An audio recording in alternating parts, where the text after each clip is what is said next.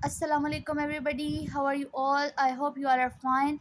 I am also good alhamdulillah. आज हम लोग पढ़ेंगे ट्रांजिटिव एंड इंट्रांजिटिव वर्ब। जैसे कि हमने अपनी लास्ट वीडियो में टाइप्स ऑफ सेंटेंस स्ट्रक्चर को स्टडी किया था। सो आज हम लोग ट्रांजिटिव और इंट्रांजिटिव वर्ब स्टडी करेंगे। So transitive verb is a verb that requires an object to receive the action. Transitive verb एक ऐसा वर्ब होता है जिससे ऑब्जेक्ट की ज़रूरत होती है ताकि वो एक्शन को रिसीव कर सके। ठीक है, जैसे कि शी एट द सैंडविचेस और ही थ्रू द बॉल। ठीक है, सो वो कहता है कि यहाँ पर देखें शी एट, अब ये एक इनकम्प्लीट सेंटेंस है। यहाँ पे इसको ऑब्जेक्ट की ज़रूरत है कि वो जो एक्शन को रिसीव करे ताकि, ठीक है। सो शी, अब आप लोगों को एक ट्रिक बताती हूँ कि आप लोगों को कैसे पता चलेगा कि आगे ऑब्जेक्ट की ज़रूरत है या नहीं। सो आप लोग जो सेंटेंस आपको दिया होगा उसमें जो वर्ब होगा ना, आपने उससे वर्ड का क्वेश्चन करना है। अगर तो वो वर्ड का आंसर कर रहे हैं ना, जैसे कि she ate word the sandwich, तो ऑब्जेक्ट की ज़रूरत है। और अगर वो नहीं कर रहा ना, तो फिर इसका मतलब है ऑब्जेक्ट की ज़रूरत नहीं है, तो वो इंट्रांजिटिव वर्ब हो जाएगा। जैसे कि नीचे है the instructor address the students question. अब नीचे पढ़ते हैं direct and indirect object. A transitive verb can take more than one object. एक से ज़्यादा ऑब्जेक्ट इसके अंदर आ सकता है। The teacher taught the students, indirect object a lesson, direct object. Basically sentence तो ये है कि the teacher taught the students a lesson. अब देखें, हम लोग कहते हैं कि हम लोगों ने क्वेश्चन पूछा वर्ब से, द टीचर टॉट व्हाट। अब वर्ड का आंसर स्टूडेंट्स तो नहीं कर रहे, वर्ड का आंसर कर रहे हैं लेसन। सो जो वर्ड का आंसर करे वो डायरेक्ट ऑब्जेक्ट है और जो आंसर ना करे वो इनडायरेक्ट ऑब्जेक्ट है। ठीक है, ये ट्रिक्स हैं कुछ, आप लोग याद कर लें। सो आप लोगों के लिए बहुत हेल्पफुल होंगी।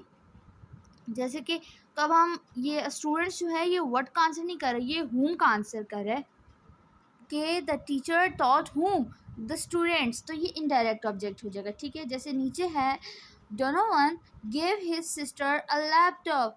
Gave what? A laptop. But gave whom? His sister. So whom का आंसर सिस्टर, इसका मतलब है सिस्टर इनडायरेक्ट ऑब्जेक्ट है। और व्हाट का आंसर कर रहा है अ लैपटॉप, सो वो एक डायरेक्ट ऑब्जेक्ट है। तो नीचे यही लिखा हुआ है। फिर नीचे वो कहता है कि अब यहाँ पे देखिए कि Donovan gave a laptop to his sister. In English, an indirect object may come between transitive verb and the direct object. Like the first example sentence about Donovan, or the indirect object could be in the form of a prepositional phrase. Like the second example sentence about Donovan.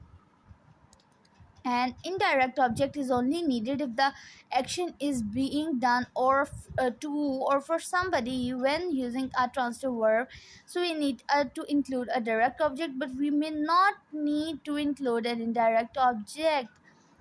मतलब वो कहता है कि हमें indirect object को include करने की ना हमेशा ज़रूरत नहीं पड़ती, तब ज़रूरत पड़ती है जब ट्रांजिटिव वर्ब आ जाती है बीच में। ठीक है, so finding the object, we can figure out the direct object by using this question format. The subject did what, the subject verb what. Verb से क्वेश्चन करेंगे व्हाट का, अगर वो आंसर मिला तो इसका मतलब है कि वो डायरेक्ट ऑब्जेक्ट है। और अगर हम जैसे नीचे लिखा हुआ है कि we can find the indirect object by asking the question to whom और फॉर whom, तो ये हमारे पास इनडायरेक्ट ऑब्जेक्ट होगा। ठीक है, सो अब हम लोग इंट्रांसिटिव वर्ब को स्टडी करते हैं। Intransitive verb, an intransitive verb does not take an action using an object immediately after an intransitive verb.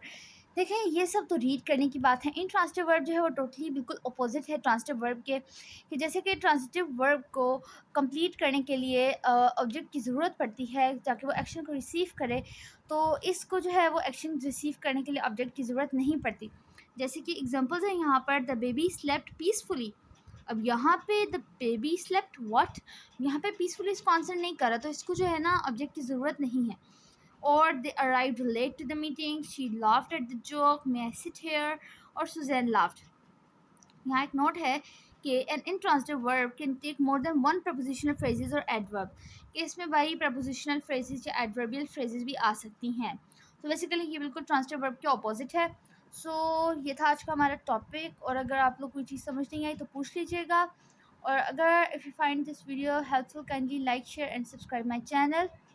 कुछ नहीं होता चैनल सब्सक्राइब करने से, प्लीज़ मेरा चैनल सब्सक्राइब करें ताकि और लोग भी, बच्चे भी इससे फ़ायदा हासिल करें। ठीक है, thank you so much, take care of yourself, अल्लाह हाफिज़।